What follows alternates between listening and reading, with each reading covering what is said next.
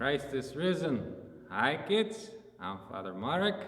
I'm a priest and iconographer, and welcome to the second episode about iconography for children.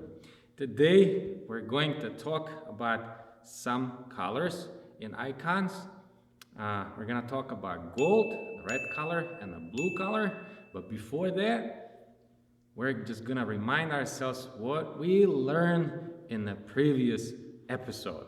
So, last time I spoke about how to prepare board and what does it mean. So, the board represents, and we had those three things, remember that? Board represents Christ, right? The tree of life.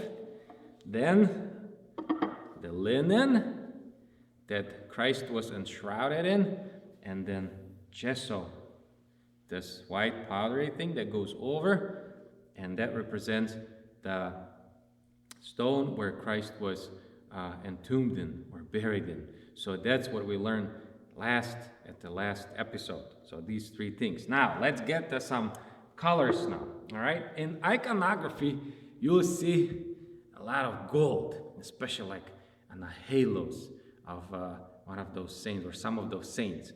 So gold, what it is, it's a very interesting medium. It's very hard to get, but it's very shiny. But what it means, gold is like the attribute or something that represents God himself. Why do I say that, or what do I mean by that? You know, when you have like a candlelight in the church, or you have a lamplight, these lights, they cast shadows. When you turn it on, or you switch that on, there's a shadow. But gold has this unique attribute. When you look at it, it's very shiny, it's very bright, it's like a sun, but does not cast shadow. So it's kind of, they refer to it as something as uncreated light. And by virtue, God was uncreated. There is no beginning, no end where God is, right? So that gold represents God himself. Okay? In icons, we can see gold like in the halos, like I mentioned, or in the background. Many icons have like the whole background in gold. And then in some of the icons, we can see like the icon of Christ, the little Jesus here, this is like a goldish color here, or this little clavus here in gold. That's the representation of a very high office of Christ, the high priest. So that's where the gold would go. All right. So now we have a gold. Now the next color is blue color. The blue color usually represents humanity, or sadness, or it's a perfect weather here in Cleveland, right? Because when you look around, you get up in the morning, it's like this grayish blue, sort of like, ooh, what's that, right? So from October till May, it's so dark around here. Well, kind of. And that's how they did that in Russia. They were looking at the skies, and that's how that what represents. This like kind of like a greenish grayish blue. So it's very passive color. All right. Now, next color will be red. Now, red is totally different, right? Because red is sort of like there's so much energy. It's like a fire. Red is like when you get up in the morning and you have this beautiful sunrise, and you know that it's going to be a beautiful day. There's so much energy and so much power in that. So that's what red represents. Red was always the color of gods, the color of blood, color of the sacrifices, and color of the divinity. So now, when you see in icons, you have like the icon of Christ. Let's look at it this way. You have the inner tunic of Christ, so it's the color of red. And then outer tunic or coat that Christ would put on, it's in blue. So that represent what that symbolically means that Christ was divine and he took human form upon himself. Where in the Mother of God is the opposite, because you have the inner color, the inner garment is blue and the outer is red. So what that tells us is that the Mother of God, she was human and she took divine upon herself.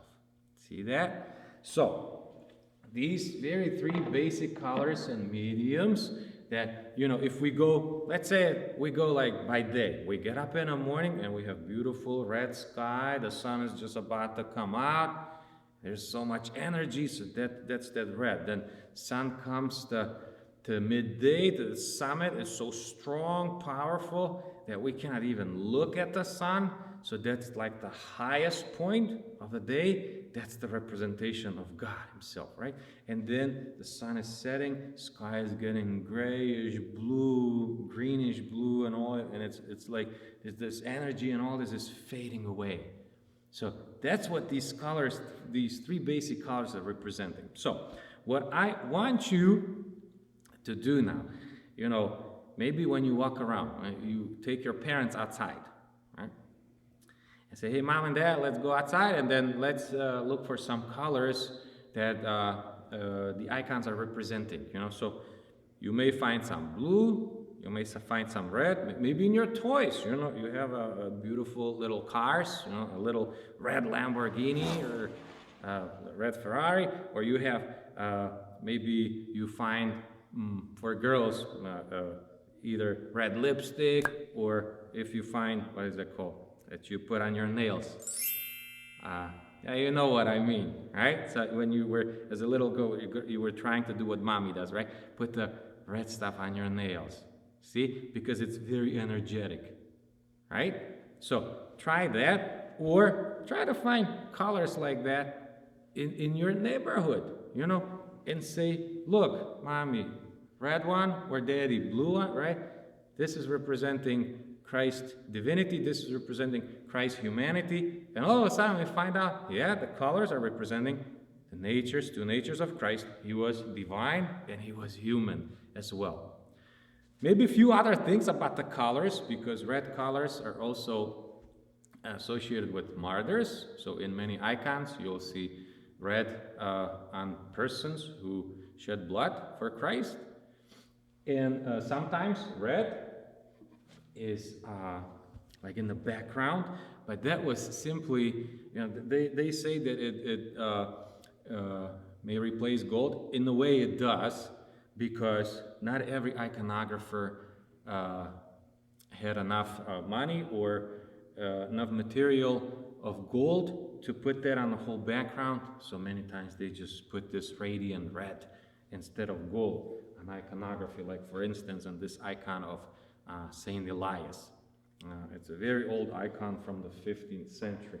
So anyhow, that's about the colors in icons. We're going to learn even more about the colors, but those three basic colors for today's episode. Christ is risen.